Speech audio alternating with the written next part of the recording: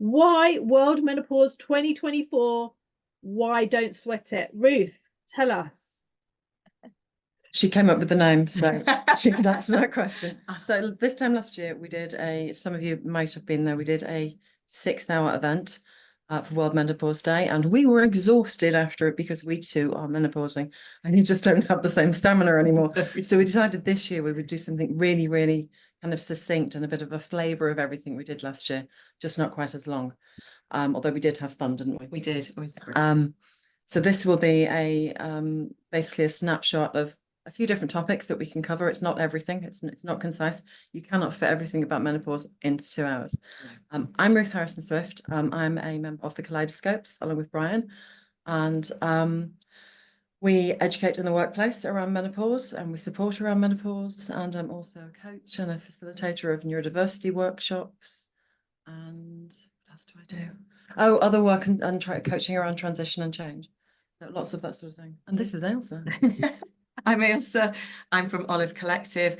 The Don't Sweat It name came from the fact that we're actually doing a lovely collection of walks at the moment called Don't Sweat It. And we're walking and talking our way to health and wellness. And we're supported by the National Lottery, the Community Fund from National Lottery, as well as Places for People. So we wanted to call this one Don't Sweat It. And also, obviously, maybe some of us are actually going through hot flushes, so it's like a little bit of a play on words. I've been in health and wellness for the past 32 years. I am a menopause coach. I'm a Pilates instructor. I'm really, really interested in talking to women and men about health span as opposed to lifespan, and how we can make sure that we're healthy, strong, and well as much as we can be as we progress into midlife and beyond. Wow! Thank you. Back you. I'm going to bring Brian in because you mentioned Brian's name as part of the Kaleidoscopes Collective. And Ailsa, you talked about men and women. So Brian, let's hear from you. Yes, I didn't know much about menopause until I met Ruth, who along with Karis Jarvis started the Kaleidoscopes to provide support for women going through menopause. So as I gained more knowledge, I suggested we need to bring men into the conversation, because without men in the conversation, how is anything going to really change? Meaning, like, as far as support, so I'm really, and so after that, I've been a part of Kaleidoscopes ever since. So, and I took neurodiversity training, and I realized that women with neurodiversity had menopause symptoms that were stronger than a woman who wasn't neurodiverse. And this information just needed to be shared, so that you're not alone, that aspect of stuff. And when it comes to menopause, we can always help our family and members or friends if we knew or recognized that they may be going through menopause, and we could be supported. So on the man side, it's about support, but we have to be educated, because without education, you don't know. And it's just not expressly. That's the truth. Yeah. Thank you so much, Brian. Brilliant. Thank you so much, everyone. Right. We are going to turn to our first session, which is Menopause 101. Now, the way this is going to work is that for the next 15-20 minutes or so, we are going to cover the topic, and then there will be time for questions. So as you are listening, if anything comes to mind, feel free to pop it in the chat and I'll open that up when it is time. So I'm going to put a little timer on. It just helps us to know where we're at. And it will also, otherwise we'll go on too long, won't we? And also it will help with the recording. So when people are like, what minute was that at? I think it will be helpful. So Menopause 101, Ruth and Ailsa, take it away. We will do. Just before we do, though, Liz, I just spotted your comment in the chat. I'd really like to invite you on at some point during the 2 hours just to share with us what you've learned so far. That would be great, if you don't mind. So in our Menopause 101, there's lots of names around menopause, and you will have heard the perimenopause, menopause, postmenopause. There's also premenopause, which is often forgotten. And a long time ago, when I was in perimenopause but didn't know it, I was actually in premenopause. Before that I was in premenopause, and then dived straight into peri. So perimenopause can start about 10 years before. Yes. It's different numbers wherever you look, basically. But how long have you been in perimenopause? Oh my gosh. So I'm going to declare it. I'm 54 now. I started 10 years ago.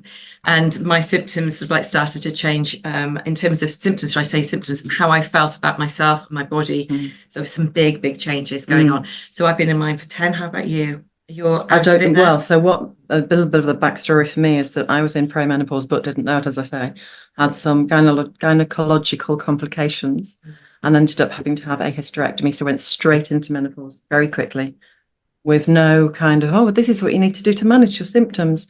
They just said, after I'd been back, because there were complications, they just told me, oh, you might want to get some estrogen. That was all the support I got.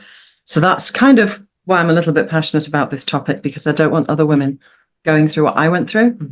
If I'd have gone on the estrogen patch then, my life might have looked a bit different. But anyway, I do I do feel very, very passionate about it, and to want to support other people and get the message out there. I don't know, I'm stumbling over my words.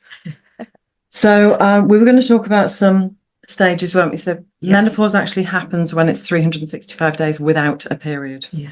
Let's start at the beginning, actually, because I know what's going to happen. Yeah, let's do that. So let's face it, when we go through the early stages, so we go into our 30s and 20s and 30s, we're feeling pretty okay, pretty good.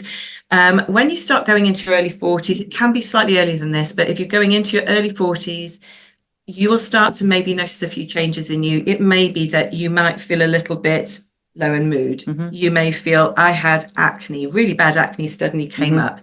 Anxiety. You may feel a little bit more anxious. So things that are not completely tangible, but you just think, I don't feel like I used to. Things might feel a little bit more difficult. You may find your social interactions are a little bit more daunting. So that's very, very difficult for people to actually understand what's going on with themselves. And I think a lot of women go to the doctors at some point and say maybe that they're feeling a bit lower in their mental headspace. And so we do see things like women being told that they should go on antidepressants and things like that, because there's no sort of like dots that are being connected by a doctor that may go, oh, you may be relating to your age, going into something like a hormone change. Now, because this can happen to us at any stage, really from late 30s onwards, our estrogen starts to drop. It drops in a very dollopy way alongside our progesterone. And so things don't happen in a sequential way. And I think the first time that most people would recognize that they may be having some changes in their hormones is if they have a hot flush.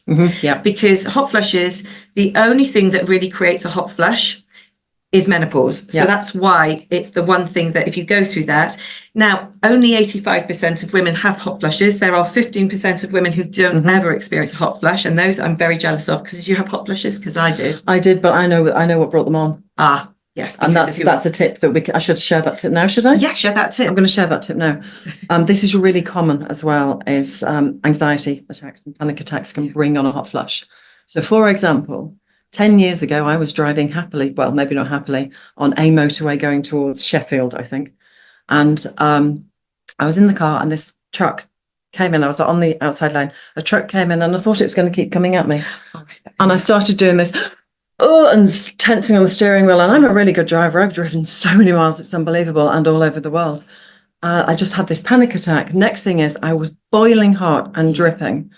And I didn't know then that it was a hot flush. I didn't know. I just thought there was something wrong with me. Again, to add to all the other things that were wrong with me that were happening at the time. So, but I have noticed, and since doing the neurolinguistic programming training that I've done as well, and looking at how things can help us, that's something that's very much a tool to observe what's happening to us. If we have a hot flush, what happened in the moments before that hot flush? What might have triggered it? Because that's the way that we can get on top of them and some control. Not if it's in the middle of the night. No, that's a trick. Michelle's brought up mood swings. Oh, yes. Okay. Yes. I think we can probably all relate to that. Yeah, mood swings are massive. So basically, let's just talk about how estrogen affects us. If you just imagine that your whole body after puberty is filled with estrogen in your cells, every single cell of your body. And so when you go into menopause, or when you start going to these hormone changes where they start to deplete, it basically is taking away some of that support that your body is completely used to. And what that does in terms of your mood swings is that it actually is related to serotonin. Now, serotonin is our happy hormone. It's our joyful hormone. It's the one that makes us feel like really gets excited and sort of feelings of like, whoa. And it can also sort of like be very much a depletion that comes along with your estrogen. Perhaps it happens with your joy hormone. So when that drops, our joy hormone drops. And so we can find that we can swing between feeling fine 1 minute or one day, and the next day, for no reason that you can put your hands on, you know, you think about it, can just feel quite rotten. Just, I don't want to be near people. There's a lot of things that can make you feel very frustrated, angry. A whole sort of remit of emotions can come up, and that is very much related to your estrogen decline. And so mood swings is actually one of the biggest things that I think we do need to talk about today, especially whether it's here or in the workplace, which we'll talk about later on. But mood swings are one of the big ones. I'm going to just show you, I've got in front of me here, this lovely body here. And on this body, there are over 45 symptoms. And so, and that's not all of them. And that's not all of them, no. But it does affect every part of our body. And when you actually see this, I'll just bring this forward, you will see that it affects everything from our bones to our main organs. It affects other hormones, and it definitely affects us mentally as well as our physical well-being. So when we have these estrogen drops, when we start having this bigger dollopy drops, it's in our perimenopause. So that's what perimenopause is. You still have a cycle, but you are starting to have your estrogen levels drop, and that will have these in sort of like symptoms or signs that start to happen. And I hope that makes a little bit more sense. Now, what Ruth was saying just at the very beginning is when you actually stop having your cycle, you need to go for 12 months, 364 days. I always say 65 in case it's a leap year. Oh, yes. You've got to add the extra one in. But on that one day, that last day after those 364 or 65 days, you are actually menopause for one day. And that's why it's so confusing. It's, you know, like everybody calls it menopause, but you're actually in menopause for one whole day. And then for the rest of your life after that, you're in postmenopause. Yeah. And it's important to add here that if you have any bleeding after that 364, 65 days, if you have any bleeding after that, go straight to your GP. Yes. It's probably not another period. Could be, but it's probably not. Yes. So do go and see your GP. Don't frighten anybody, but it is important that you look after yourself. Yeah, definitely. Definitely. So I hope that makes sense. One of the things that we want to just say is as well that 3 in 4 women do experience menopausal symptoms. Now, there may be over 45 symptoms, but you won't experience every single one of them. I think sometimes there's this fear mongering going on a lot of the time where it could be that, you know, oh my gosh, what am I going to go through these things? And people are thinking, oh, well, everybody's making a big meal out of it. Yeah. We hear a lot of this in the press at the moment. It's quite demoralizing. But you know your body, and what we would definitely recommend you do is just to start making a note of how things are affecting you. If we all felt the same way, if we all went through the same things, we wouldn't have to be this wouldn't be a guessing game. It would be like, this is where you start, this is where you finish, do this, and you'll be sorted. Unfortunately, hormones aren't like that. We can't see them. It's all happening on the inside of our bodies. Yeah. So just remember that there are 3 in 4 women actually do experience menopause symptoms, and 1 in 4 will actually experience severe symptoms. Yeah. And that can be everything from, sadly, suicidal feelings, feeling very sort of low, isolated. Relationship connections can be very affected. It's the highest rate of divorce instigated by women. Yes. From the age of 45 to 65. Yeah. So it might be the point where we potentially had enough, or all the cracks that were in a relationship beforehand now can't be covered up because we maybe don't have the tolerance for them. Or even, as Brian quite rightly said at the very beginning, your partner hasn't got a clue what's going on, and they're just thinking, who are you? Because I don't know about you, but personalities can change very dramatically, and you're not the person that you used to be in your earlier days or when you first, get together. So there are some big things that happen in menopause. Yeah, and this is sometimes where we don't recognize ourselves as well because of things like the mood swings. If we didn't have those mood swings before, then we don't know, who is this person? Who is this monster that's just yelled and then turns into the person who's crying in the corner of the kitchen? Yes. That was me. Yeah. And And that's not like me. That's not my nature, and I've certainly not gone back to that since those times. Thank goodness. Because that wasn't very pleasant. But it is very, very difficult to manage emotionally for the person going through it and the person living with or working with the person going through it. So kids as well need to understand it too. Oh, they do, definitely. One of the other symptoms that comes up a lot in some of the groups that I work with is fatigue. Yeah. Have you suffered with fatigue? Yes. Yeah. I mean, to be honest, fatigue is one of the biggest things that is discussed in all my groups, especially when I'm doing exercise with people. You know, I'm trying to encourage people to move their bodies, and you can think, oh my God, I don't even have the ability to get my head off a pillow.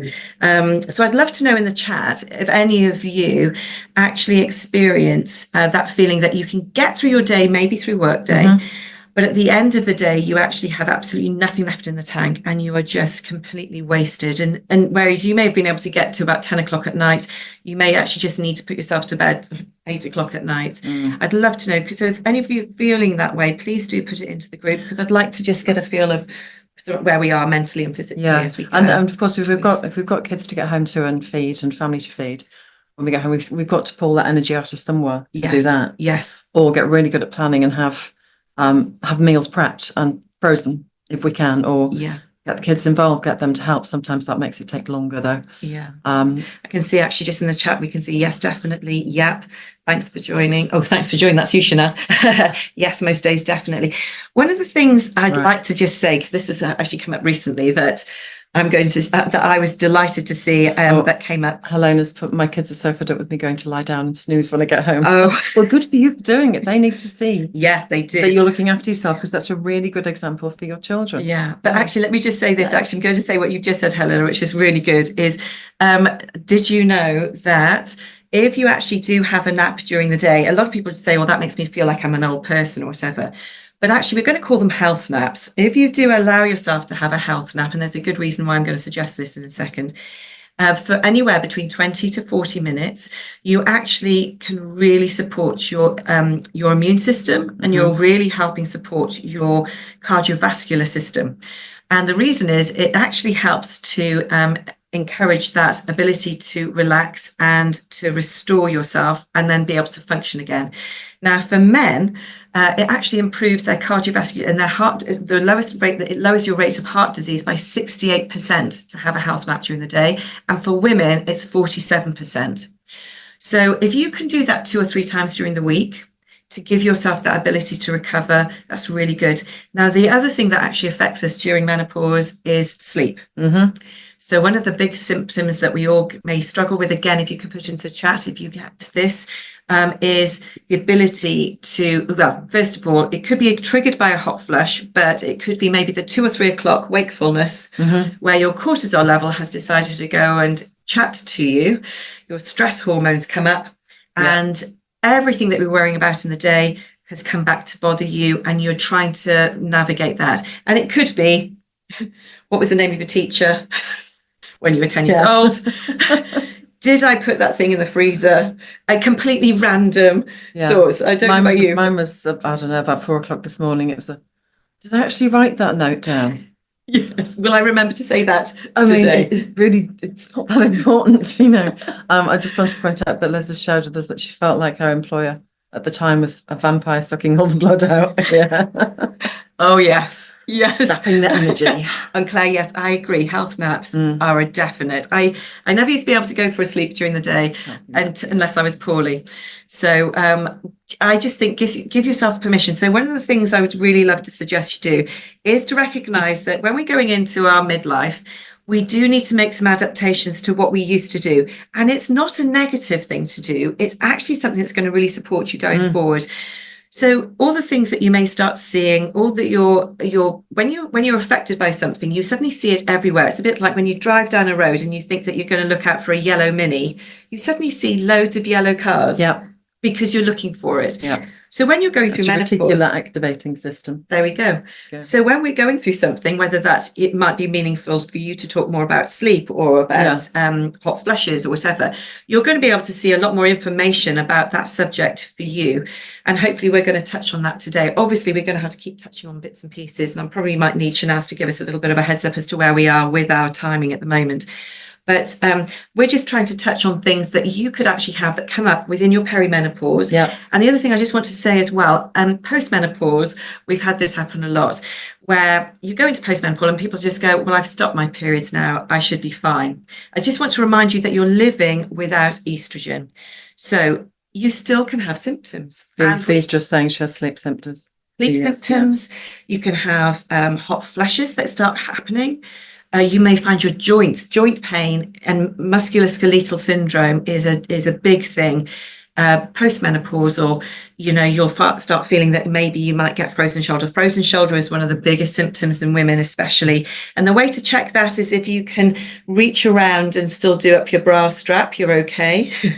But if you can't on both sides, then you may be starting to get some tension into your shoulders that you really need to start working on before. We're going to talk about movement later as well, aren't we? We'll do a bit more on movement there. Definitely. I did want to bring up some other basics of menopause as well, which I always bring up in the workplace too, just because we're such a beautifully multicultural society. There are a lot of differences in ethnicity with responses and reactions to the menopausal years. I say that about the whole lot, not just about one stage of it, but the menopausal years.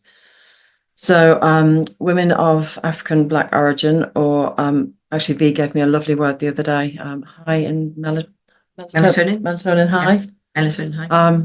Which I think is quite nice, but we had a good conversation about it. Anyway, the biggest thing there's two really big things.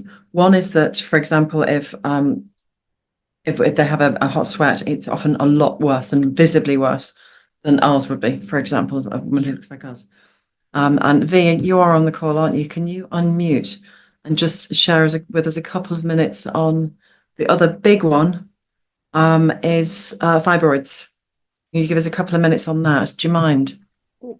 I think the word you were looking for, Ruth, was melanated, highly melanated. That's it, highly melanated. More melanated. Some of us have more melanin, so we've got browner skins, darker skins than others. But anyway, in terms of fibroids, for those who are not quite sure what they are, fibroids are non-cancerous growths that develop in the womb, inside the womb, within the womb, and outside of the womb. And they can grow out on stalks, and they can cause very heavy bleeding, pain, lots of pain, and can make a woman infertile. So they can affect fertility.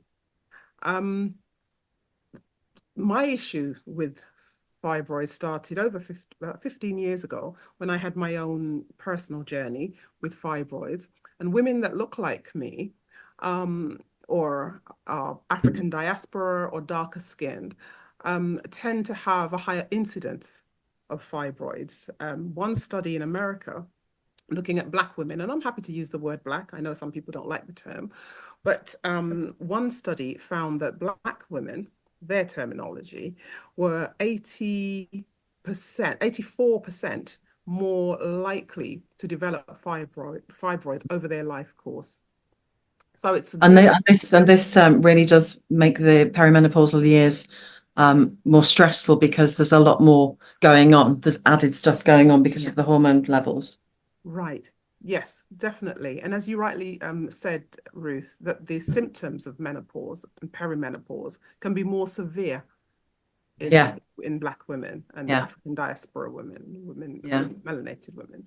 So all in all, we need to talk more. We need to share our experiences more. So something like this is it's absolutely key to having those kind of dialogues where we can share experiences. Oh, thank you. Oh, she's just given us a big times up thing. Thank you, V. That's brilliant. Thank Shehnaaz, you can you pin us, because I can't find us? Yeah, you are pinned. You are pinned. Let's go into the top right corner, and you'll see the view. Sorry, Gotcha. that was automatic. So sorry to cut you off. Sorry, V. Just to finish off what you did say 2 minutes, so when I saw that, I thought, I've gone over. It's really, there's so much information, and we've now run.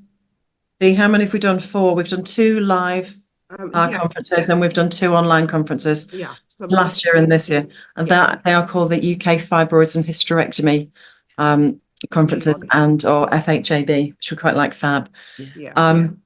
And we look at a lot of aspects around fibroids, and we've had some amazing doctors, Dr. Loretta and Dr. Eki, come in. They're both amazing gynecological. So I really struggle getting that word out. Surgeons. And Loretta's been through her own. Loretta's been through it herself as well. She's a very personal thinker. So she's been on both ends of the knife, if you like.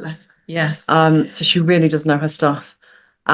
So should we open up for a little bit of question time, because we've got the other 3 topics to go into as well. So when you've heard a little bit about Menopause 101, everyone, is there something that perhaps didn't get enough airtime, or something that you'd like to ask because you're experiencing some things which you think might be menopause related? We're not here to do any diagnoses at all, but sharing is absolutely welcome. So if anyone would like to pop a question into the chat, you're very welcome. If you'd like to share an experience or ask a question in the Zoom room and you'd like to come off mute, then just give us a wave and we will welcome you in. I will remove the pin for now. So we can remove the pin, yeah, there we go. Yeah. V's going to share something in a moment. Yep. Can I just check if there's anyone else who would like to ask or share before I meet? I'm very happy to talk about HRT stuff and sex. Well, we're happy to talk about sex too, quite frankly. Yes. We're open to anything. Let's see what's coming up. So I'm going to come to Mita, and then I'll come back to V in a second. If anyone else wants to chip in, you can pop your name in the chat and I can come to you as well. Mita, what would you like to share, my dear?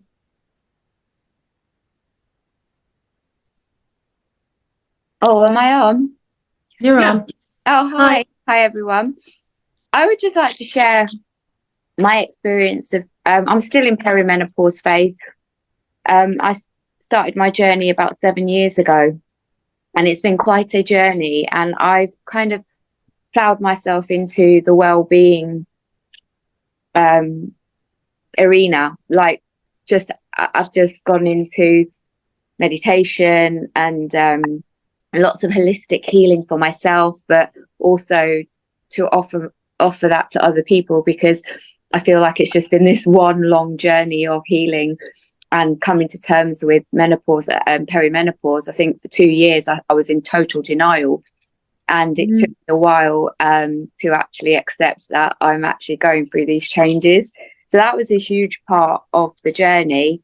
And then well-being, and I guess what I'd like to share with everyone is to just really, really look after yourself, like, prioritize you, put yourself first, and find those things that actually bring you joy throughout this absolutely this journey, because it will pay off. It really, really will. You can see me smiling, and I'm still going through the perimenopause journey. I have a coil fitted in me, which is actually lost at the moment, and I'm trying to get appointments to get it removed, but I never know when I'm due on, because I still have like intermittent bleeds. So that it's a real head case, because I don't know when I'm going to come on. So my hormones are all over the place. I think a few weeks ago I was really crying over something, which I think, Shehnaaz, do you remember? I was like really upset about a particular situation, and the next morning I came on and I said, oh my God, I wasn't crying over him. I think I had a row with my other half or something. I don't know, it was really something silly. But I was like, oh my God, I wasn't crying over him. I was crying because my hormones, it was, I came on. It was just like, oh, and it was a relief. It was just, I'm still getting those moments of relief when I come on, because I can never explain at what stage I am in the month or when I'm going to have a bleed. So it's just really, plays with your mind. So bring it back to the here and now and pause and connect. And you've got to stay present. So I wish you all well on your journey. Thank you, Mita. Thank you. You're sharing that has reminded me of something else I wanted to share in the 101. And that's that, and Shehnaaz, you know this obviously, that South Asian women generally start symptoms younger than white women. and it can be more difficult to talk about because it's not necessarily an accepted topic in the culture.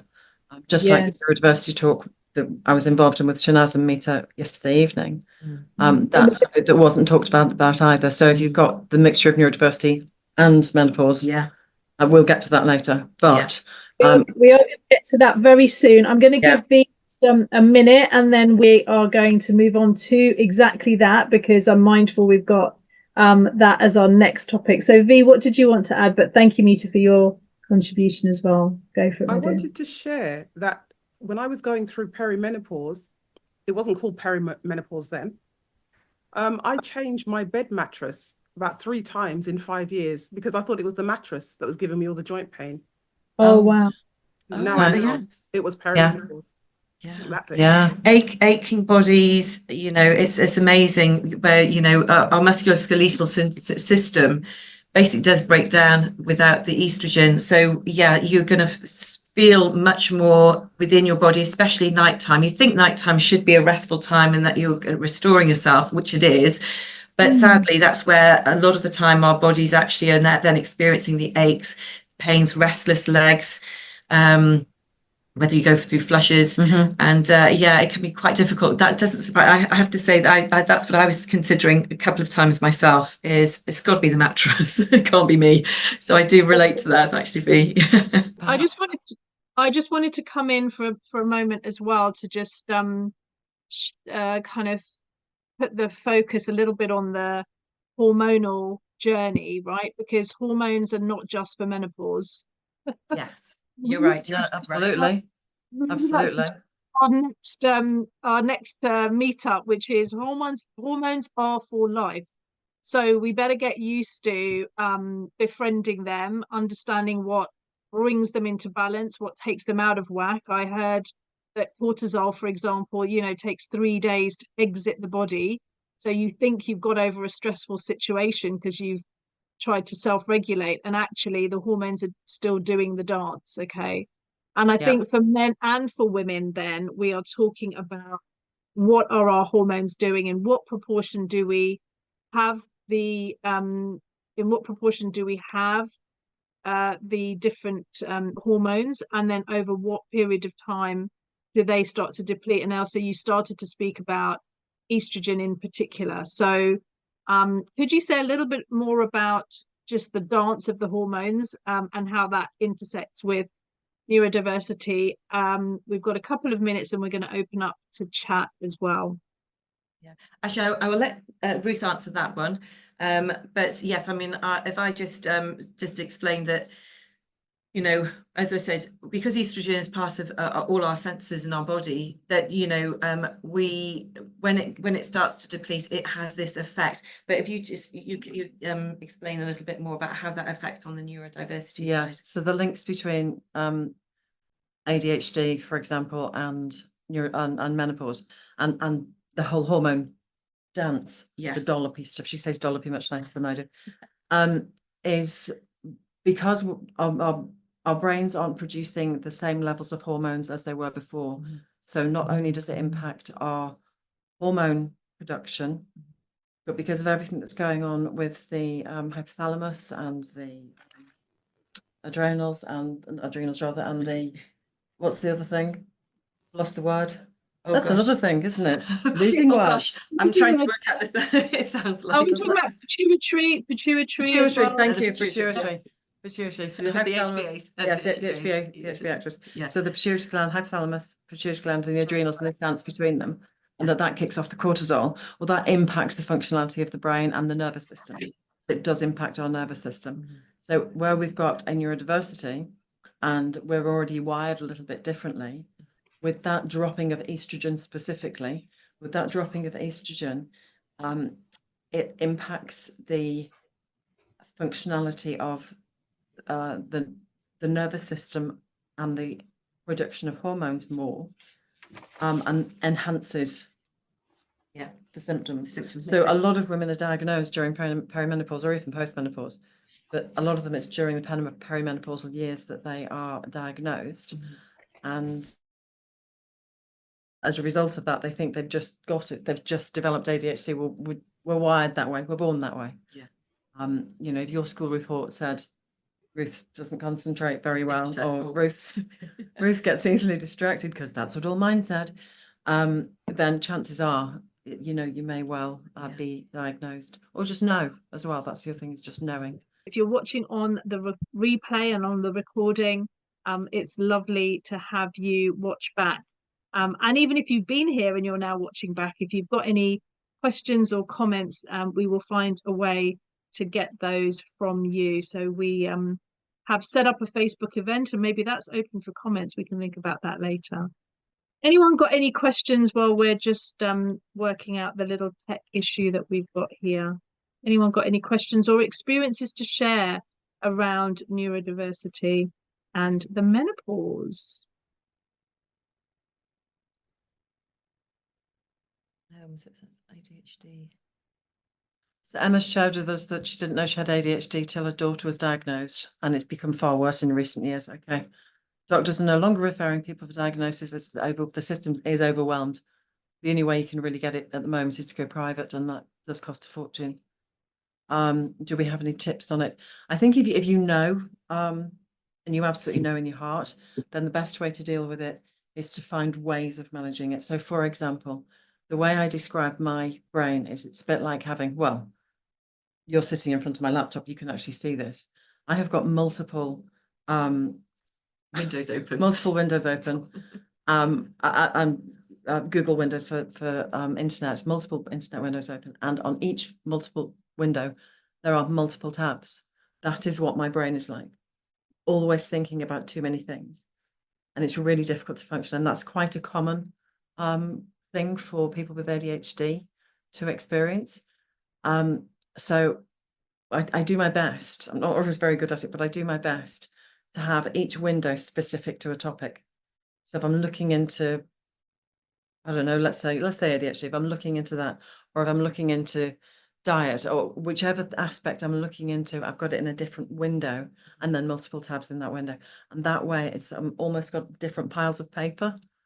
So that's my way of figuring out how to deal with things. It would be easier if I didn't have so many tabs open, I think, but that's just what I need. Yeah. You're also a post-it note girl. I'm a post-it note girl. I do have them slapped everywhere. Yeah. So I'm quite surprised we haven't got any behind us today. Yeah. So that's a way to answer your question, because it's quite hard to answer, but to answer it as best I can, is find ways that nurture you, that help you, and start to observe what your behaviors are, become aware of how you react to certain situations or how you're doing things. And either get some coaching through our ADHD coaches out there, or do some reading on it as well. Just send us messages. I can send you some other tips as well. That's fine too. Do you find things like, so I'm interested in sort of like how the brain, you know, because I actually deal with a lot with anxiety. I have done for years. And I've had to really practice ways of being more mindful. Yes. So mindfulness techniques, does that have the same sort of impact? Or so can you sit still, or is it worth, you know, we're talking about somatics. I don't know whether everybody knows about somatic exercises and somatic movement, but it can be very calming to get your body back into rest and digest. Yeah. And does that have that power when you do have a neurodiversity? Are you able to switch into that to calm yourself down, to refocus again? Yes, depending on how much you are dealing with that neurodiversity. So, for example, there's a lady I know who is on medication for her ADHD, not a high dose, but she's on medication. Yeah, it helps her. She still feels she needs to ground. Okay. Now, her version of grounding, because she's got very sensitive feet, is she's got a grounding mat. So you can get a grounding mat. That's the sort of thing that you can lay on and then focus. Yeah. With that. Personally, I like grounding on the ground.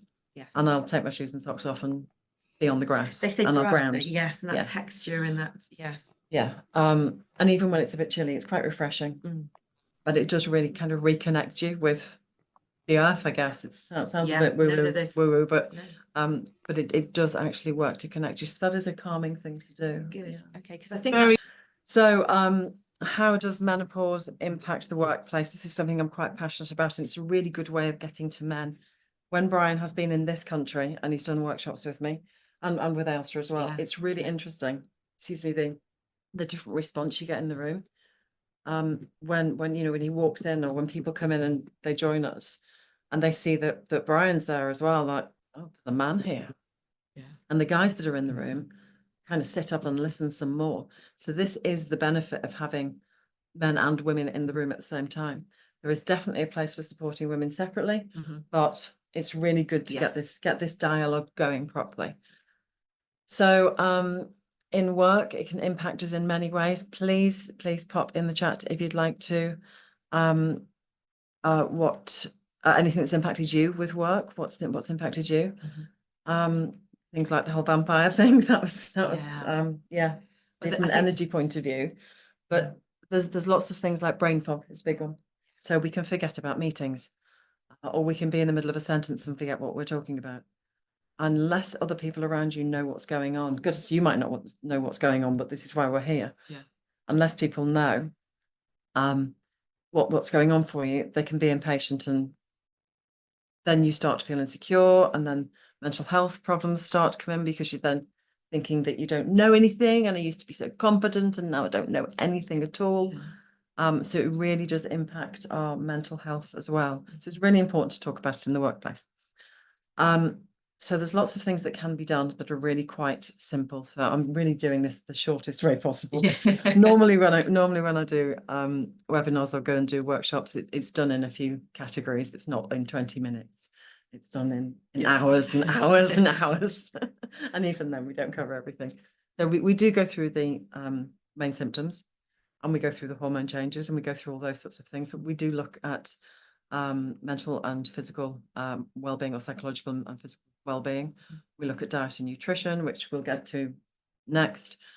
And we look at the legalities as well. So now there is a British standards document being produced the end of last year, which actually gives advice as to how workplaces need to be looking after their menopausal staff. It's really quite a concise document. It puts lots of suggestions in there for how to make things easier for reasonable adjustments. But to go through some of those reasonable adjustments, they can be things like having fans available. Yes. Now, you don't need to spend a fortune on fans that are electronic. Ask. Actually, that's the most important thing. Ask, what does your workforce want? Yes. A well-known train company at the beginning of this year gave all of their female staff of a certain age a little bag with pad, a pencil, so they could write things down, so they didn't forget them, because that's not patronizing. A paper clip so we could hold ourselves together, or was it a safety pin? Doesn't matter, same thing. A tea bag, so we could just calm down and have a cup of tea. What else was in there? Oh, was there a candle? Yes. No. It's got, anyway, it was all incredibly ill thought out. Yes. And could have been certainly seen as being patronizing. Well-meaning. We applaud them for being well-meaning. So what's the difference between not doing anything and then what they did? Right. So what they did what's the best thing? The best thing would be to ask.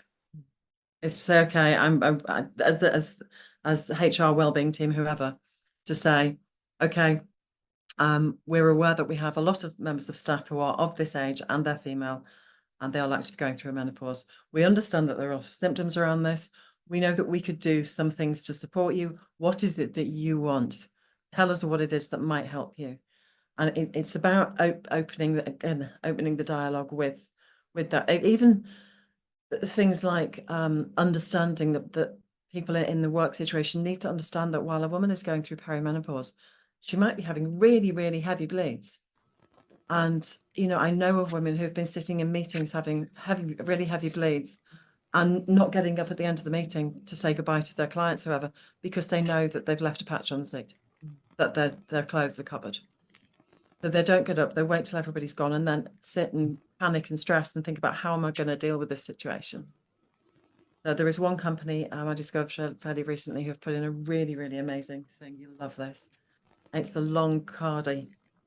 Oh, lovely. They do the long black cardi, but it can be any colour, quite frankly, as long as it's not white, quite frankly, or pale. But the long cardi, because if you've got long cardis knocking about the place and you know you're you're leaking or you're about to. Often we can feel it, can't we? Yeah. You grab the long cardi, put it on, get yourself to the bathroom, sort yourself out. And if the long cardi needs washing, take it home, wash it, bring it back to work. And that's the policy that they've got. And they're a national company, so that happens in all of their offices, which I think is really, really useful. Yeah. But Brian, did you want to add anything else to that?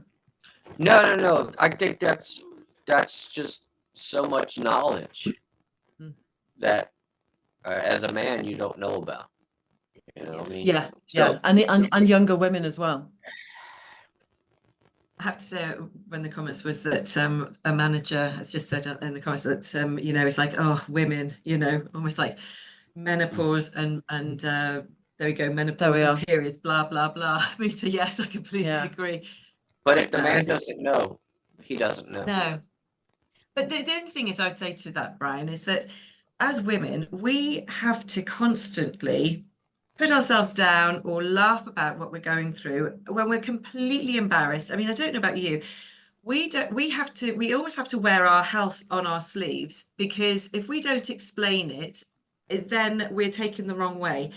I don't know that anything that men go through in the same degree that we go through in this regard. So, you know, when you're going through a hot flush, you might be in a meeting that is quite an important one. You don't want people to know that you're going through a hot flush, but the fact that your face is bright red, or that you're absolutely drenched throughout your hair and down your back and things, and your makeup may have slid halfway down to your chin, it's mortifying. And it's happened to me.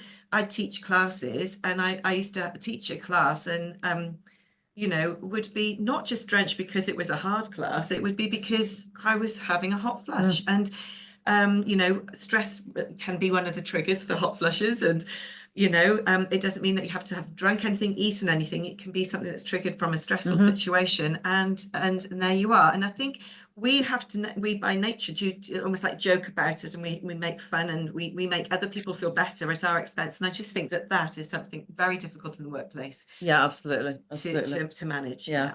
And Liz has brought up the open plan office point as well. So open plan offices are all very well, but they're never a constant temperature wherever you are in the room. So that again is a reasonable adjustment that can be made. If a woman, what people's experiences, lived experiences have been. There's something to recognize also about the systems that have been put in place. And Ruth, you mentioned about the you know, the air quality, for example, right, or the temperature in the room. Yeah. So there is a book out there called Invisible Women. And it talks about the way in which, and she's collected data to show the data bias. I'm reading from her book right now, the cover, Data Bias in a World Designed for Men. So, and this is not about putting any of the men who might be on this call or watching back. It's not about putting anyone on the spot or blaming anybody, but we have to understand that we're living in a system that has been set up for, in many cases, the white male. Okay, so we have talked about and the neurotypical. This is my language that I've learned from yesterday. So if you are a woman, and a woman of color, and a woman who has a neurodiverse brain, or neurodifferent and identifies as such, then the world is not set up in a way that has your needs identified, understood, and then catered for. So we've got to be careful that we don't put ourselves into the position where we're also not only going through the menopause, but we're also doing the emotional labor of educating everyone around us to go, you need to do this, that, and the other. So I absolutely agree that communication is really critical. And it's important to know that the systems have been set up, like the air conditioning is set up with middle-aged men in mind, because guess what? Most offices were designed at a time when women were staying at home. Yeah. Right? So if that's the case and that's the battle, it's a very small point about air conditioning, but that's what we are also working towards. It's not just about individuals, it's about a system that has been set up that doesn't accommodate for everybody's needs. Yeah. And so if we can bring that to the attention, kindly, gently, respectfully, to our organizations, and say, not blaming you. I'm saying there's a system at play, and we also need to identify where we can work together. All right, and make sure that it's a better environment for everybody, because menopause is also one of the most creative times in our lives. Look at the two of you sat there at MKU in your wildest dreams when you were at university for the first time, or when you were going through your qualifications. Was this where you expected to be in 2024? No. No. No. I just want to shine some brightness onto all of this as well. We want to continue contributing to society, because these are the years in which our wisdom is also brimming and falling out of us. So we need those conditions to be overflowing in a good way. Yeah, yes, in a good way. So true. So true. Yeah. But yeah, your houses are worth double because women are in the workplace. That has to be acknowledged. Your houses are worth double because women are in the workplace. So we have to expand on it. We have to, exactly, because women are in the workplace, we have to identify, what affects women, and also what affects men as well. But for the most part, it is what affects women. But let's face it, you can't have one without the other. Your house is worth double because the woman is in the workplace. That's exactly. So so what you're sharing, basically it impacts economy. It gets down to that point, and this is where when we go into business and we approach businesses and say, look, you need this information in the business. You need to actually understand it, not just tick a box and say you've got a menopause policy, but actually understand it and implement things that you can do to support your workers, because this affects your bottom line. And it's only when you start talking to companies about where it's affecting them in regards to money do they start listening. They don't listen to feelings, they listen to facts.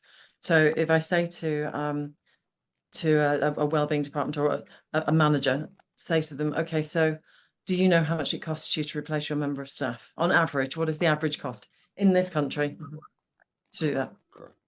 And they may know, they may not know. But in this country, it's around about £30,000 to replace one member of staff. Now, if that member of staff has left because of not disciplinary, the opposite of that, a tribunal because of unfair dismissal, for example, or for what's constructive dismissal. If any of that's happened, and there's a lot of cases in history that have had this. Now I'm talking English figures here. I know it would be very different in America, and that's something that we'll be getting looked into. But there was one case a couple of years ago that the lady was awarded £65,000 for constructive dismissal, basically. So not only did it cost them the 30,000+ to replace her, it also cost, that's 100,000. That will affect any company. Yeah. So I mean, it could put in America, business. It's 100 times that. Exactly. We're going to be talking millions in America. It's going to be a different situation. So that's the bottom line of why it's important as well. It's important for us as women. It's important for men to be able to understand what's going on with their colleagues and at home. And it's important for younger women, to know what's coming and to recognize the symptoms when they get there. And for them to support their mothers who are probably going through it. So what happens when the man can't handle his wife, gets divorced, marries a younger woman, and then when she gets to menopause, he's getting it twice. Yes, and he's like, but he doesn't care anymore because he can't. I mean, one of the statistics which I think is really sad is that there's 1 million. Sorry, Brian, didn't mean to speak over you then, sorry. But the statistic is that there's over 1 million women in the UK that have actually left jobs citing menopause as the cause. Yeah. So whether they are menopausal symptoms or whether they are the feelings of anxiety, overwhelm, and not being able to manage what they used to manage because they are unaware of what's going on with their bodies. But also they don't have that support within the company in order to be able to navigate where they can go. Absolutely. And 90% of women didn't have, this is a 2022 survey, Forces Society. 90% of women didn't feel that they could approach their managers. I mean, that's massive. That's huge. Yes. Absolutely huge. Yeah. Well, So, there's a very huge true. system failure here, as Shehnaaz was saying. It's a system failure, as well as, everybody really needing to reestablish this new pace. Yeah. And actually, it's a just system going back failure. to the point of aircon and temperature in rooms. Yeah. When we arrived in this room 2 hours ago, it was boiling. We said, could you just lower the aircon a bit? I'm freezing now. I'm about to go and get my carding. Hold on. It's got nothing to do with menopause. Well, it can be. So this is what's really interesting, and I want to share. My husband's not on the call. My husband's not on the call, but he is very, very open to the conversation about, how can we manage together through this period of time. So what we have in our home now, I mean, he is a little bit of a geek, so we do have thermometers around the house. So what ends up happening now is when I go, it's freezing, it's boiling, we go, let's go and check what the thermometer says. And then when it's a number, we all go, okay, that's the number. I might be feeling cold and it might say 24 degrees. Then we know it's hormonal, right? So instead of kind of gaslighting each other, potentially, we've just got a way to figure that out. And so then the negotiation can happen. And, he's in his midlife also. So actually we can say 24 is tropical for you, but it's just about right for me, except for when it isn't. And actually I'd quite like it to be 19 degrees, or whatever it is. So we do have to accommodate, but if we can engage tools to give us some of that help when we can't, because it's so subjective and everyone deserves to live the life they want to live, but where we have to cohabit, whether it's in the workplace, whether it's in the home. And I love what you said, Brian, about it doubling in value, and also the contribution that menopausing women are making, not just in the workplace, but as self-employed generators of income. That is massive. The economy cannot live and sustain itself without us. That's one thing we have to remember. Yeah.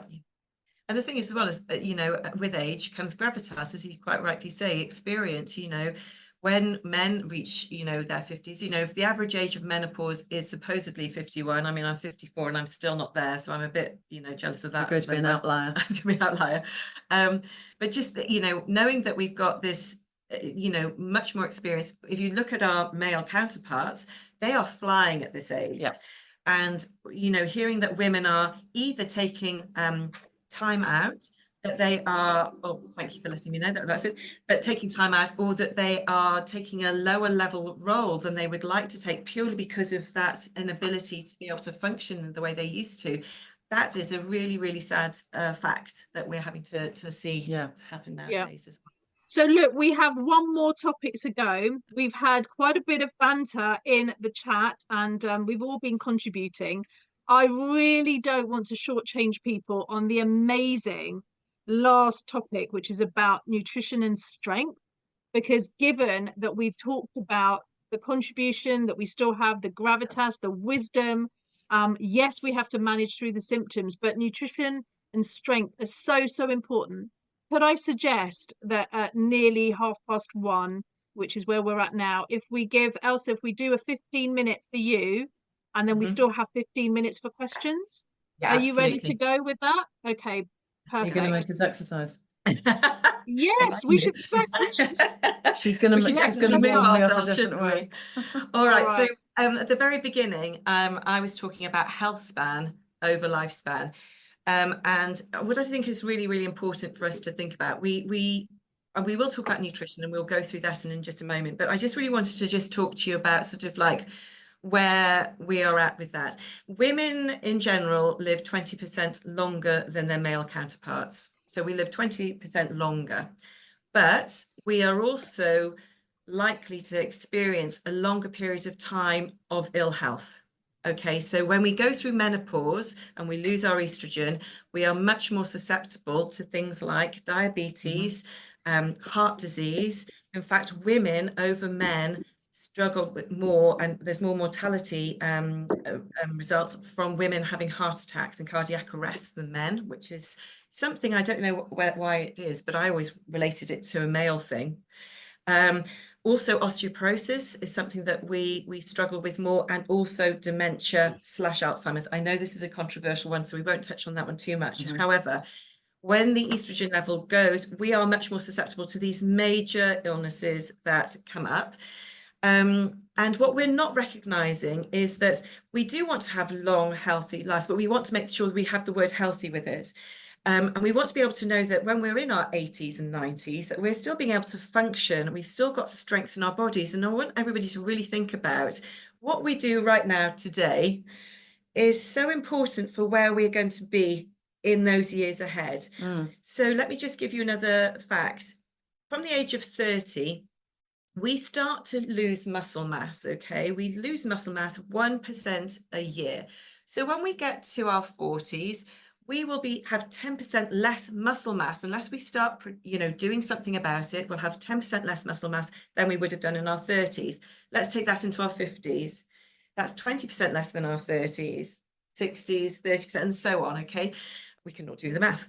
But what we don't realize is that if we don't use it, we lose it. And so things like balance, strength, I see a lot of things in the press at the moment about everybody needs to, pick up heavy weights. And for anybody who's never done any weights in their life, that is a scary thing. You think, well, I've never done it before. First of all, you don't know where to start. And also, why? Why am I suddenly having to do this? And it's bizarre that I've been in health and wealth. I trained at 21 in exercise, in fitness, and in training others. And I was never told about the women's physiology and relating it to hormones and the impact of hormones, especially as we age. So that's where I just want to really start at, is where we're going to look at what we're talking about now as health span instead of lifespan, so that we know that we have a long, healthy and rewarding life, and we want to be empowered. And that's one of the reasons we're talking today. We want to feel empowered. So let's just touch on nutrition. It is such a controversial subject, nutrition is. The word diet is also one of those ones that if you are in your 50s or late 40s and up to your 60s, you will be coming from a time where we have gone through the biggest range of diets that you could possibly go through. I mean, I probably have gone on every diet you can imagine. I've tried them all. At some point they worked, and then at some point they didn't, usually when I stopped doing it. But I can't say that they were very good, So we've had the Atkins diets, haven't we, where you take out carbs and you are all into protein. Yeah, which is crazy because our bodies need carbs. Exactly. So I just want us to go through this thing where we are going to have to re-educate ourselves on what we put into our bodies. And we have to recognize that our bodies absorb nutrients and use the nutrients that we have in a different way now than we did in our 20s and 30s, and stop looking back at that time going, well, I used to be able to not eat in the morning and then lose 2 pounds the next day and keep staring at the scales and weighing ourselves. We need to look at things in a slightly different way. There are 5 things that really affect us and our well-being. The amount of sleep we have is a massive impact on us, because we need to restore our energy levels. We need to find a way to calm our headspace and to be able to balance out cortisol levels. Exactly what Shehnaaz said a little bit earlier on is cortisol stays, that's our stress hormone, stays in our body for up to 3 days after an experience. And we just don't recognize that. And we are all living on this very high level of stress most of the time. And we start to normalize it, but our adrenals are just constantly pumping. When we have that, what that does is it puts adrenaline into our bloodstream, which is like a sugar. And so our brain recognizes that we have this sort of energy in there, and it craves sugar. It craves carbohydrates. So we have things like cravings that happen. We have ghrelin in our system, which is recognizing when we're hungry or not. When we're in high cortisol levels, we were talking about this earlier on, actually, our bodies are not recognizing when we're properly hungry and when we need to give ourselves good nutrition and when we don't.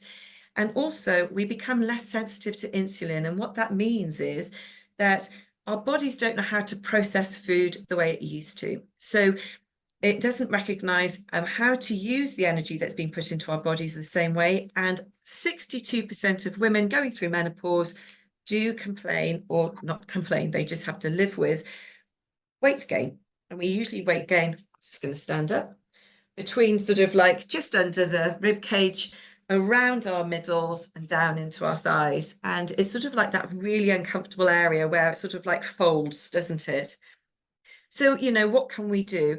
Well, nutrition, when we think about nutrition has got to be starting from that point of, you know, macronutrients, what you've just said about, let's make sure we have good, healthy fats. Fats are not bad for us unless you eat them excessively. We need to make sure we have good protein, and the protein that we have, we do need to have a little bit more protein and fiber than we ever used to have, because that will help us to maintain good muscle mass, and that will keep our metabolisms lifted. And we do need carbohydrates, and we need those in a complex range so that our bodies can utilize it and make sure we have energy. When we think about food normally, we normally think about, oh, what do we fancy? And if I said to you, Ruth, what do you fancy? You probably might go for, are you a sweet tooth or a savoury tooth? Savoury mostly. Savoury. Occasionally I'll just go, give me chocolate now, or I'll kill you. So I'm a chocolate person, you're a savoury person. And I'm sure from where we were, from children or wherever, we have a comfort food that we all have. I'm sure if you want to put into the chat, what's your comfort food? I'd love to know.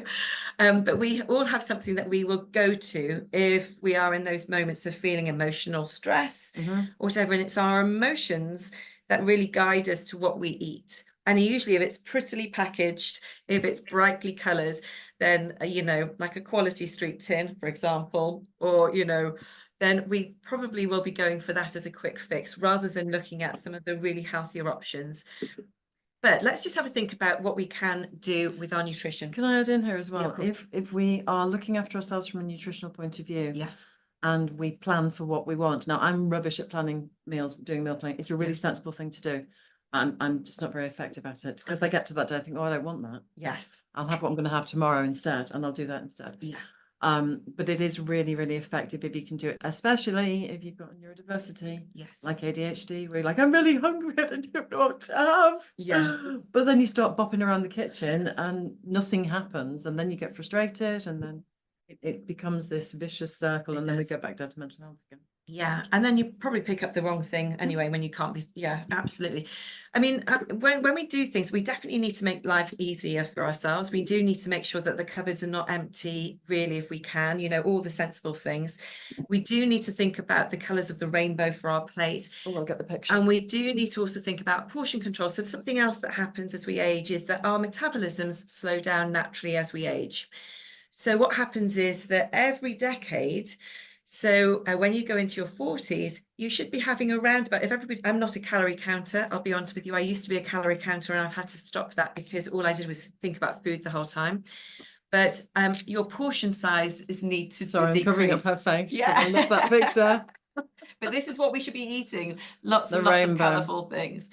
But you need 200 calories less a day when you go into your next decade. So what I was eating in my 30s, for example, I would need 200 calories less a day in my 40s. In my 50s, I need 200 calories less a day than I did in my 40s, and so on as we go up. And that's because our metabolisms are slowing down, and that we are actually a much more sedentary lifestyle. So when people say they're putting on weight, the weight gain can be related to portion control. It does.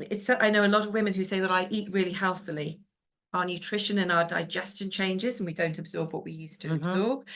And the digestion changes regularly as well. It's not just because you can eat something one day doesn't mean you can 3 days later. No, exactly. We have a sluggish metabolism, digestive tract as well. If you have lots of processed foods, it slows down your digestion, and it makes you, actually it takes 72 hours for processed foods to go through your body. So we do need to start thinking much more about what we're putting into our bodies in order to be able to help us feel satiated and full, to stop us from snacking, and to also to try and relieve any cravings that we have. Cravings are a very real thing in menopause, and wanting to go and reach for that glass of wine, or reach for that bag of crisps, or reach for that sort of like easy fix, is actually something that's very difficult to control. It isn't something that we're just doing willy-nilly. It is actually something we are much more addicted to sugar when we're in menopause. Estrogen not being around to support our system makes us much more, susceptible to wanting more sugar. Can I just ask in the group, can you just put down how many of you actually love a glass of wine in an evening as your go-to for an evening calm? I'd love to know. All right, so if we're going to be talking about things we need to fill our diets with, we do need to do things like we need to think about reducing high saturated foods. We do need to think about having fats that are healthy fats, things like olives, peanut butter. I'm going to have to make a go down to some of my list of things here. Oh, sorry, is that okay? Oh, sorry, I'm just making sure. Dark chocolate for me. I'm a chocolate girl as well.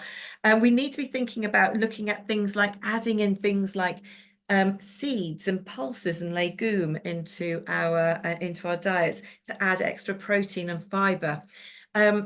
I know this sounds very strange, but you'll know if you're not eating the right foods if your bowels are not moving in the right way.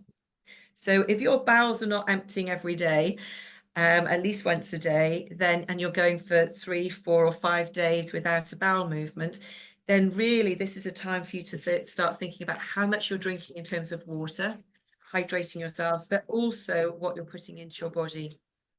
Now, I think that I've worked with lots of women. I do a 21-day program to help everyone have almost like a Kickstarter. And one of the biggest issues I have is when I ask people to either not stop, but just pause for a little while and just not have what they're used to having for a little while, just so that they can cleanse their body a little bit of those foods or drinks that they're used to. It's also breaking psychological patterns as well. It's breaking habits. Yeah, you're absolutely right. All those sorts of things are really, really important. So we do need to fill our plates, as you saw with Ruth's lovely picture. I'm just going to show you something that I've picked up. This is going to be for me for lunch, as and when we get into it, is you can go into places like Lidl and Aldi, well, any of your supermarkets, really. I don't say one in particular over another, but they do great things like these poke bowls where you have a whole range of beautiful vegetables. I don't know whether you can actually in there. You see, it's got sweet corn, it's got cabbage, it's got cucumber, it's got, this one's got salmon in it, it's got rice, it's got a very, very light dressing in there. And this What's is wrong with pizza? option. Do you know what? Pizza, if you had a thin base and it was sort of like freshly made, actually is not bad. Okay. It's really how it's made, how thick the cheese is on it, and the fats and things that are actually added in. And if you have something that's actually from a supermarket that's actually been pre-packaged, unfortunately, there's a lot of additives in there.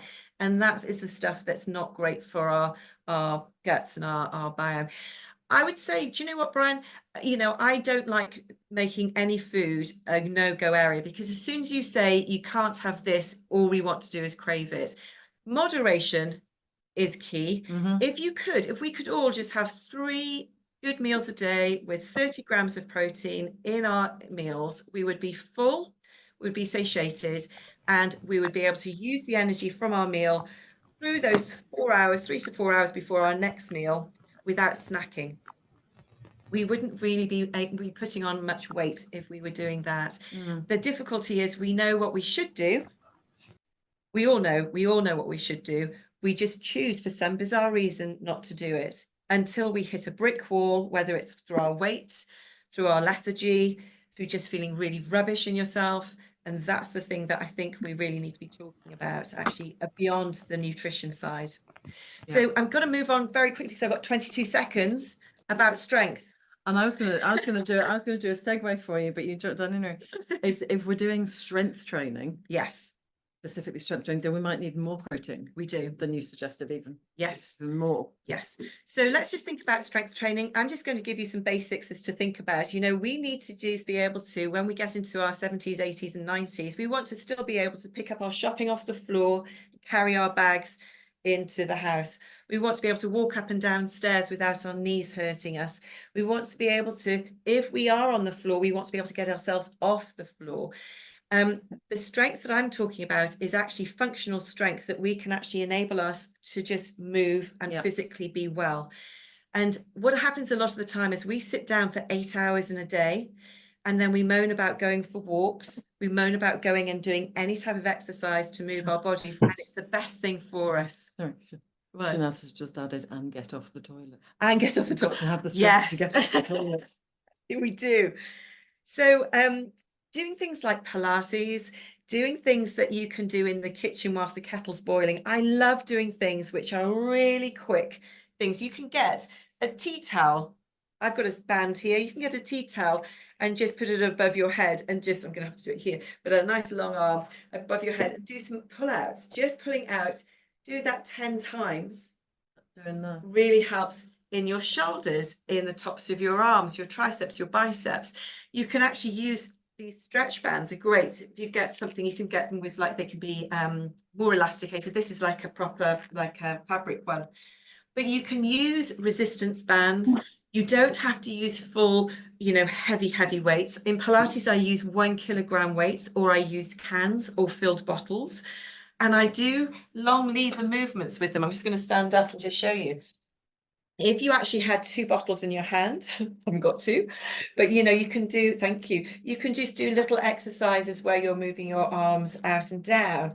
You can do some presses from your standing to this. You can actually add in a little squat. So squat back to your bottom and come back up. You can do very simple exercises that you can do when the kettle's boiling. It's 4 minutes to make a cup of tea. I don't know whether anybody knows that.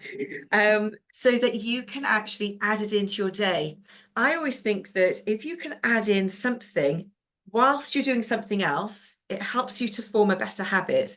So instead of walking up the stairs, could you possibly do a little bit more of a spring? So you could maybe walk up faster. Or go up 2, come back 1, go up 2, come back 1, and you'd get there eventually. Yeah, eventually. Make sure you have got enough time to do that. Yes. But yes, but those sorts of things. Finding that if you're standing at the kettle, you can put your hands on the counter and you can do some little press-ups against it. When you're doing anything active for your body, it does a number of things. It physically makes your muscles contract and extend. It helps to build strength into your bones, not alone, you know, as well as into your muscles. It'll actually help you lift your serotonin, your dopamine, and your endorphins to make you feel better. Everybody knows how great you feel after you've gone out for a walk in fresh air. You know, can you walk at a little bit of a faster pace? You know, choosing little things to do to add into your day will be a great way for you to start. I'm doing that from the basics, really, because what I want to do is I want to encourage people to start moving their bodies. Once you start moving your body, then you can start looking at those extra things to build into your day. But half the battle is just getting off the chair and moving. And what you want to just make sure you recognize is if you can stand up without, you know, holding onto a chair, you want to do that for as long as you possibly can, because as soon as you start putting your hands down, I've got my hands on the arms of the chair here and maneuvering yourself up. I'm not sure I trust these chairs. No, these chairs are all over the place, aren't they? When you're pushing down, you're actually, even though you're thinking you're using your arms and your shoulders, you want to be using your big muscle groups in your glutes and in your thighs and in your legs to be able to keep that momentum going. And your core for balancing you to get there. Yeah. Core strength is really, really important. Now, I know I've done that very, very quickly, but I can see that we're in countdown mode.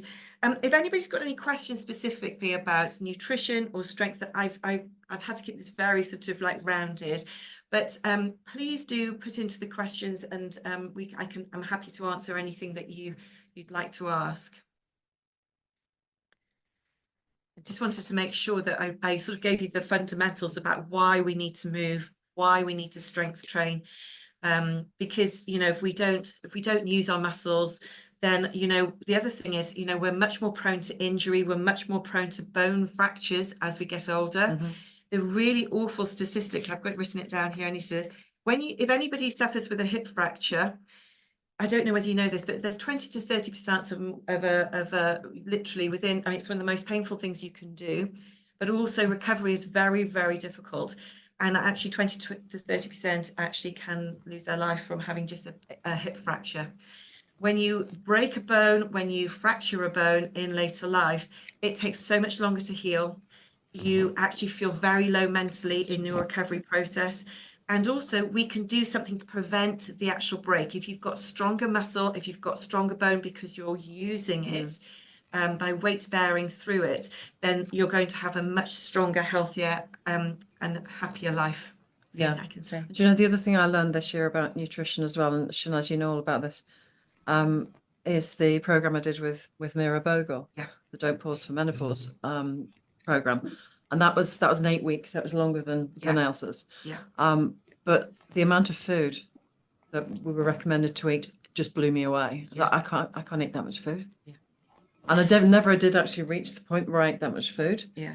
But I did my best to do it. I didn't put any weight on at all. No. Throughout that program. I did do burpees for the first time in my life. I remember you saying you loved this. I do a burpee. Yeah. So, you know, those sorts of things, and keeping all the some of the things I've learned again from that is really, really locking into the feeling of moving. Yes. I had back surgery when I was 19, and I remember learning to walk again. I remember the feeling of the muscles in my hips and back, because everything knitted back together again. Yeah. So I remember that. So when you're walking upstairs, consciously be aware. Yes. What muscles are you using to do that? Absolutely. I think that word conscious, I mean, when we do Pilates, I'm always saying feel the movement. You know, I just think it's really important for you just to recognize where you are now, and actually start journaling, start making a note of where you are right now. Even take a photograph of yourself with, you know, in your bra and knickers, see where you are right now. Don't do it as a criticizing yourself. No. Do it as a point of, this is where I am. If you're not happy with something, what one thing can you do to change? I always say, don't think of changing a whole load of things at once, because you won't sustain it. If you do one thing, it's a little bit like building blocks. You do one thing, but you repeat that thing over again in a good way. It becomes a good, healthy habit, but also you start to see the change, and you start to see the difference. And then you think, all right, what else can I do? And that's what we need to encourage. That's why I do longer programs than 21-day programs, but the 21-day is almost like a kickstart, because I think a lot of the time when you're at a low point in your headspace, if somebody said to me, could you do a 8 to 10 week or 12-week course? I would basically say no, because I go very stubborn. That's just me mentally. I get very stubborn, and I think, well, I just need to get through day one. Yeah. So let's start with a number that you can actually do. And if you can just give yourself the first 4 or 5 days, you will always feel better. You will see a big difference in your first 4 or 5 days of doing something new, and then you can progress it. I can see there's something else. Is the rower a good machine for us to use in the gym?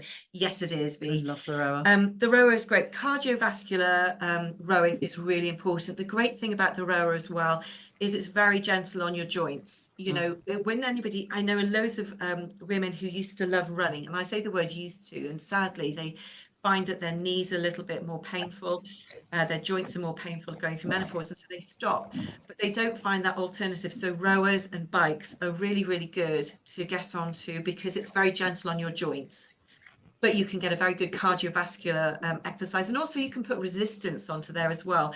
So when you're doing the rower, you can have it on a very low resistance, and you can just pull and just start getting yourself into it. And then as you get progressively better, you can progress yourself so that you can add some resistance into that. So that's a really good question. Brilliant. So Brian's got a question or a contribution, and then we've got another few minutes before we're going to do our last thought for the day and our takeaway from World Menopause Day. So if you've managed to get this far, well done. She always puts me on the spot like this. Okay, I'll go first. What I'd love you to do today is just to have a think about your health span going forward. What can you do for yourself that will actually help you move that dial for you right now? If you're watching this and thinking, I'm not feeling great, then just always remember you do have the chance to go back to your doctor and ask about the options with HRT if you haven't already done so. And also, if you can't take HRT, there are so many other things that you can do. You can support yourself with anything from natural oils. You can actually do something to do with exercise is a great way of a starting point. Nutritionally, you need to have a look at what you're putting into your body, because if you're not feeding yourself anything that's healthy, then you've got no nutritional value to be able to pull on to help yourself with fatigue or any of those other symptoms, and also hot flushes. So I would say go away and journal about yourself. Take some time and really think about what it is that you need, and then try and do a priority of one thing that you can do that will really help support you, that you could maybe start as a new habit going forwards. That's hilarious. I went silent and she didn't stop talking. And now to you, Ruth. What's your one thing? I think my approach with this is it goes hand in hand with yours. It's very much from a mental health perspective. We need to be looking after our mental health. So yes, absolutely, one thing at a time. Don't be doing too much. And if something doesn't work for you, rather than saying, oh, I was really rubbish at that, say, oh, well, it didn't work then. I'm going to have a go at it at this time of the day. Find other ways to work through things. And if you have a neurodiversity, or if you've discovered you have a neurodiversity, there is lots of support out there, because some people find it really validates how they've been feeling to have a diagnosis. Yes. But as we discussed earlier, it's really hard to get a diagnosis now. You go on a waiting list now, if you're lucky enough to get on one, it's going to be years and years unless you go privately. So yeah, look after your mental health one thing at a time. Yeah. And just know you're not alone. And as well. Yes, you're not alone. Because, you know, even when you do all the right things, which we've all tried to do, you're going to have days where you're feeling crappy. Yeah. And when you are having those days, just take some really deep breaths, be gentle with yourself, and just sort of like, just make and share. Don't hold it inside. I think that's the worst thing that anybody could do, is thinking that you're alone going through it. Please know that you're not. Do join our groups. We've got Kaleidoscopes group. We've got Olive Collective. We've got a group. I've got the Don't Sweat It group. I've got 50 Shades of Menopause group. We're there. We're there for you, you know, and that's what we think. I've got lots of tabs open. And don't forget Shehnaaz as well. Shehnaaz's Wellness Zone as well, which is really, really fantastic. Brilliant. Well, thank you everyone for tuning in. We are just a minute past 2. We are going to stop the recording now, and we wish you a wonderful rest of World Menopause Day if you're watching it with us today now. And if you're watching next week, then we are here for any follow-up questions, and we'll notify you when we're back again this time next year, if not before. Take care, everyone. Thanks so much. Bye. Bye.